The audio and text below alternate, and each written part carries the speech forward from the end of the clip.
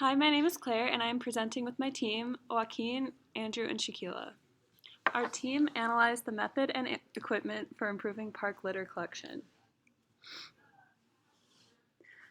Approximately 15 volunteers aged 18 to 22 pick up trash in the proximity of a park in a 2-hour shift. The volunteer uses grabbers and bags to pick up the litter and separate it into disposable and recyclable items.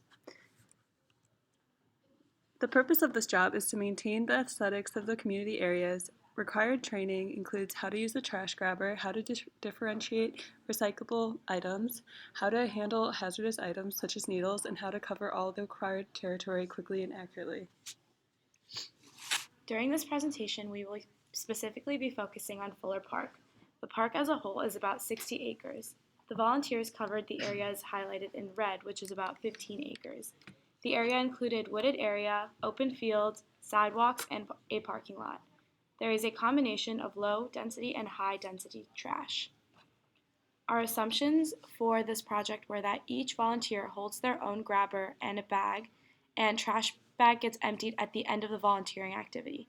Our project goals are to develop a standardized method that minimizes time to clean entire project site and to create recommendations to minimize fatigue for job tasks.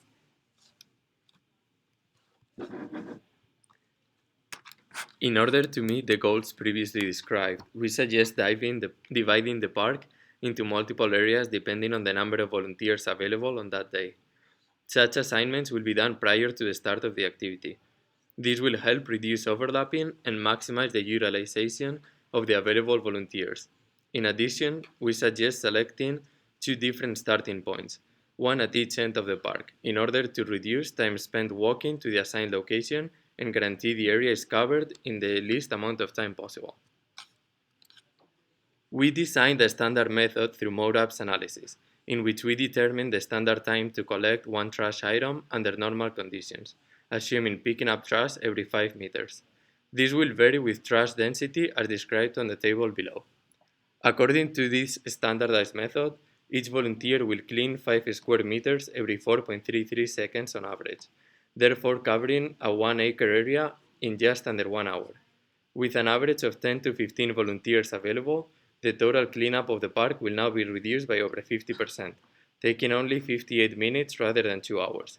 In addition, the reduced walking distance of each volunteer will contribute towards reducing worker fatigue. After this analysis, our team had 4 key findings. The first one would be that the area can be cleaned in half the amount of time. Joaquin demonstrated this more elaborately previously. The second key finding was the bad utilization of resources and the volunteers available. There was a lot of idle time for the volunteer, reducing their utilization. This idle time could be used more effectively. The third key finding was the overlapping of the workspaces. Tying back to the previous finding, there was a lot of overlapping space. This translates to volunteers walking through areas that have already been cleaned. Our fourth key finding was the lack of structured planning. Volunteers were provided an end goal with no clear insight on how to accomplish it effectively. To overcome these findings, we came up with 4 key recommendations. Our first recommendation is to divide the work area by the number of teams available.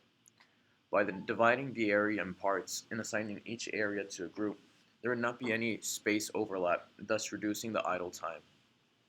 Our second recommendation is providing a handout detailing the task. This handout could provide maps that divides the assigned parts. It would indicate the differences between trash and recyclables, and could offer a standardized procedure for the volunteers. Our third recommendation is, if possible, have groups start at different locations of the park. Since the park is divided in parts, a lot of idle time can be reduced if many of the volunteers started at different points originally, reducing the amount of time spent walking to each location. Our fourth recommendation is to provide results-based incentives to improve the productivity of the volunteers. Historically, it's been proven that incentives improve the productivity of people, and by providing an incentive such as a prize or extra credit for students, volunteers can be expected to perform better. Now we'll open this time to any questions.